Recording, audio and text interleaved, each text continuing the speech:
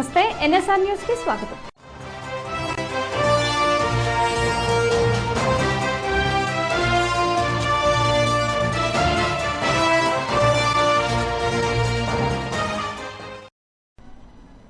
ములుగు జిల్లా ఏటూరు నాగారం మండలంలోని బూటారం ఎలిశెట్టిపల్లి గ్రామాల మధ్య వాగుపై 4,05,00,000 రూపాయల నిధులతో హైలెవెల్ బ్రిడ్జ్ నిర్మాణానికి పంచాయతీరాజ్ గ్రామీణాభివృద్ది శ్రీ శిశు సంక్షేమ శాఖ మంత్రి డాక్టర్ ధనసరి అనసూయ సీతక్క శంకుస్థాపన చేశారు. ఈ సందర్భంగా మంత్రి మాట్లాడుతూ వరదల వల్ల జంపన్నవాగు పొంగడంతో ఎలిశెట్టిపల్లి గ్రామానికి రోడ్డు నిర్మాణం సరిగా లేక ఇబ్బందులు పడుతున్న నేపథ్యంలో 4,05,00,000 రూపాయలతో నిధులు కేటాయించి బ్రిడ్జి పనులకు శంకుస్థాపన చేసినట్టుగా తెలిపారు. ఈ కార్యక్రమంలో జిల్లా కలెక్టర్ ఇలా త్రిపాఠి, ఐటీడీఏపీఓ అంకిత్, అదనపు collector local bodies P Sreeja, అదనపు కలెక్టర్, జిల్లా అధికారులు, ప్రజా ప్రతినిధులు తదితరులు పాల్గొన్నారు. బైండ్ల కార్పొరేషన్ ఏర్పాటు చేయాలని బైండ్ల భవనీయ సంఘం రాష్ట ఉపాధ్యకుడు మిట్టపల్లి గణేష్ రాష్ట ప్రభుత్వాన్ని డిమాండ్ చేశారు. సిద్దిపేట జిల్లా హుస్నాబాద్ లో మండల స్థాయి బైండ్ల భవనీయ సంఘం సమావేశంలో ఆయన పాల్గొని మాట్లాడారు. ప్రతి నియోజకవర్గంలో బైండ్ల భవనీయ సంఘాలను ఏర్పాటు చేసి బైండ్ల కులస్తులను దేవాలయాలలో పూజారులుగా నియమించాలని రాష్ట ప్రభుత్వాన్ని కోరారు. బైండ్ల కళాకారులను గుర్తించి పెన్షన్లు ఇవ్వడంతో పాటు అర్హత కలిగిన వారికి ప్రభుత్వ ఉద్యోగాలు ఇవ్వాలన్నారు. రాష్టంలో కాంగ్రెస్ ప్రభుత్వం అమలు చేస్తున్న 6 గ్యారంటీలను బైండ్ల కులస్తులకు కూడా అందేలా చూడాలన్నారు. బ్రాహ్మణుల తర్వాత పూజారులుగా వ్యవహరించేది తామేనని, కాబట్టి ప్రభుత్వం తమను గుర్తించి దేవాదాయ శాఖలో బైండ్ల కులస్తులను పూజారులుగా నియమించాలని విజ్ఞప్తి చేశారు. ఈ రోజు హుస్నాబాద్ నియోజకవర్గంలోని 3 మండల కమిటీలు బైండ్ల భవనీయ సంఘం మండల కమిటీలు ఏనికి ఈ రోజు ఇక్కడికి ఇచ్చేసాము. మేము ఒకటే ఇక్కడ నుంచి మేము కోరుతున్నది ఏంటంటే ప్రభుత్వాన్ని, ఇంతకుముందు ప్రభుత్వాన్ని కూడా ఇప్పుడున్న ప్రభుత్వాన్ని కోరుతున్నది ఏంటంటే మాకు బైండ్ల కార్పొరేషన్ ఏర్పాటు చేయాలి. ఇంకోటి ప్రతి నియోజకవర్గంలో బైండ్ల భవనీయ సంఘాలు ఏర్పాటు చేయాలని మేము ప్రభుత్వాన్ని డిమాండ్ చేస్తున్నాము. ఇంకోటి మాకు ఇంతకుముందు బైండ్ల పూజారులుగా మాకు ఎండోమెంట్ దేవాలయాల్లో మాకు బైండ్ల పూజారులుగా నియమించాలని, బైండ్ల కళాకారులుగా గుర్తించి బైండ్ల కళాకారులను మాకు ప్రతి నెల పింఛన్ ఇవ్వాలని చెప్పి, అలాగే కళాకారుల జాబులు కూడా మాకు ఇవాళ సంస్కృతి శాఖలో మాకు జాబులు కూడా పెట్టేయాలని చెప్పి ప్రభుత్వాన్ని కోరుతున్నాం, దేవాదాయ శాఖలో. ఎందుకంటే మమ్మల్ని కూడా గుర్తించారు. ఎందుకంటే బైండ్లలో ఉన్నాం, మేము పూజారులము.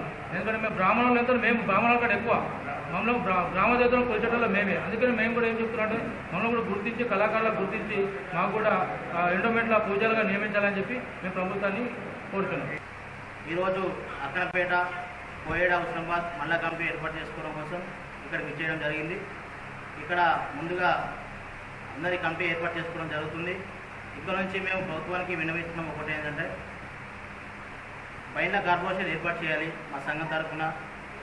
అంతేకాకుండా మాకు ఎండమంది నుంచి మాకు పింఛన్ కానీ లేదంటే వాయిదాల కోసం కానీ మాకు ఖర్చులకు ఇవ్వాలి, మాకు పింఛన్ ఇవ్వాల్సిందిగా కోరుతున్నాం. గవర్నమెంట్కు మేము మా సంఘం తరఫున విజ్ఞప్తి చేస్తున్నాం. గిరిజనుల ఆరాధ్య దైవం శ్రీ సంత్ సేవాలాల్ మహారాజ్ జయంతి ఫిబ్రవరి 15వ తేదీన రాష్ట ప్రభుత్వం ఆప్షనల్ హాలిడే ప్రకటించినందుకు గాను ముఖ్యమంత్రి రేవంత్ రెడ్డికి అందుకు కృషి చేసిన రాష్ట మంత్రి పొన్నం ప్రభాకర్ చిత్రపటాలకు సిద్దిపేట జిల్లా హుస్నాబాద్ అంబేద్కర్ చౌరస్తాలో గిరిజన నాయకులు, కాంగ్రెస్ పార్టీ శ్రేణులు పాలాభిషేకం చేశారు. రాష్ట ప్రభుత్వం ఇచ్చిన అవకాశంతో రాష్ట వ్యాప్తంగా గిరిజన నాయకులు, ఉద్యోగులు శ్రీ సంత్ సేవాలాల్ జయంతి ఉత్సవాలను ఘనంగా జరుపుకోవాలని ప్రొఫెసర్ వీరన్న నాయక్ తెలిపారు. హుస్నాబాద్ నియోజకవర్గంలోని 5 మండలాల గిరిజన తండాల ప్రజలు, నాయకులు, ఉద్యోగులు హుస్నాబాద్ పట్టణంలో నిర్మిస్తున్న బంజారా భవన్ వద్ద ఫిబ్రవరి 15వ తేదీ జరగనున్న సంత్ సేవాలాల్ జయంతి ఉత్సవాల్లో పాల్గొని విజయవంతం చేయాలని పిలుపునిచ్చారు.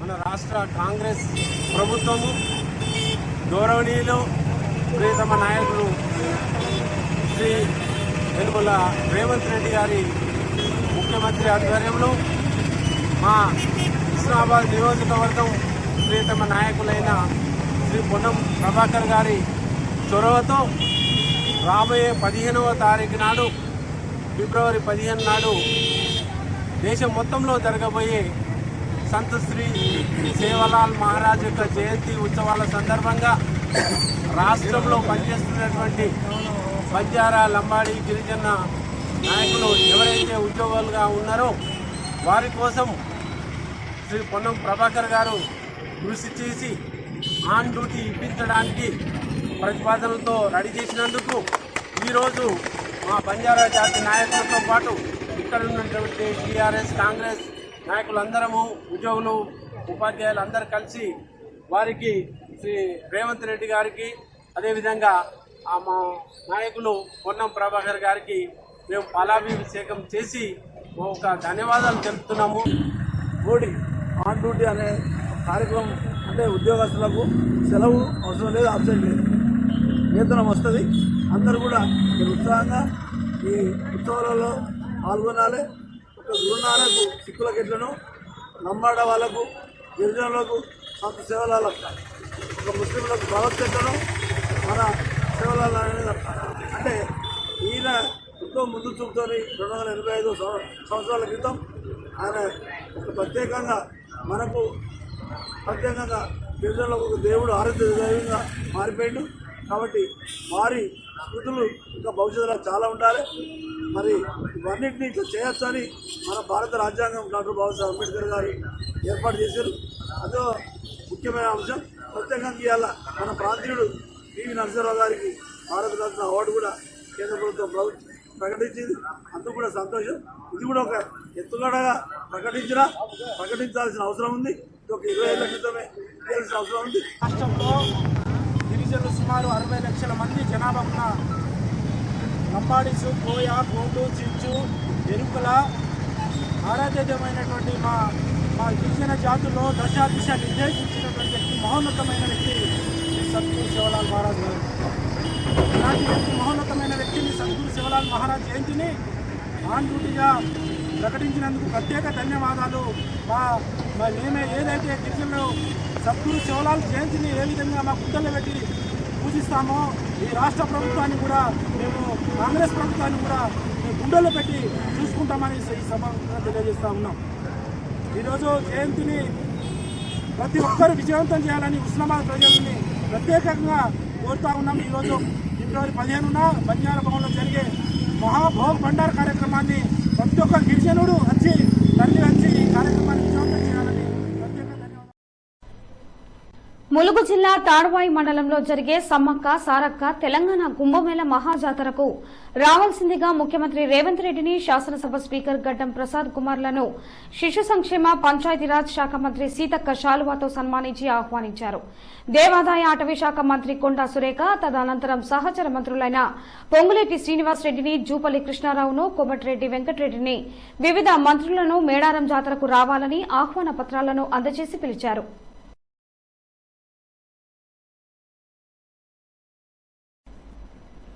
యువత దురలవాట్లకు లోను కాకుండా క్రీడలలో రాణించి వ్యక్తిగతంగా కీర్తి ప్రతిష్టలను సాధించాలని టీపీసీసీ కార్యదర్శి కొత్తపల్లి శ్రీనివాస్ అన్నారు. వరంగల్ నగరం దేశాయిపేట సీకేఎం కళాశాల మైదానంలో కొండా దంపతుల సహకారంతో మిట్టా నిశాంత్ గౌడ్ ఆధ్వర్యంలో నిర్వహిస్తున్న కొండా క్రికెట్ కప్ టోర్నమెంట్ ను టీపీసీసీ కార్యదర్శి కొత్తపల్లి శ్రీనివాస్ ప్రారంభించారు. కార్యక్రమంలో కాంగ్రెస్ పార్టీ సీనియర్ నాయకుడు కక్కర్ల సాంబయ్య గౌడ్, టోర్నమెంట్ లో పాల్గొంటున్న 15 టీంలకు చెందిన సభ్యులు పాల్గొన్నారు.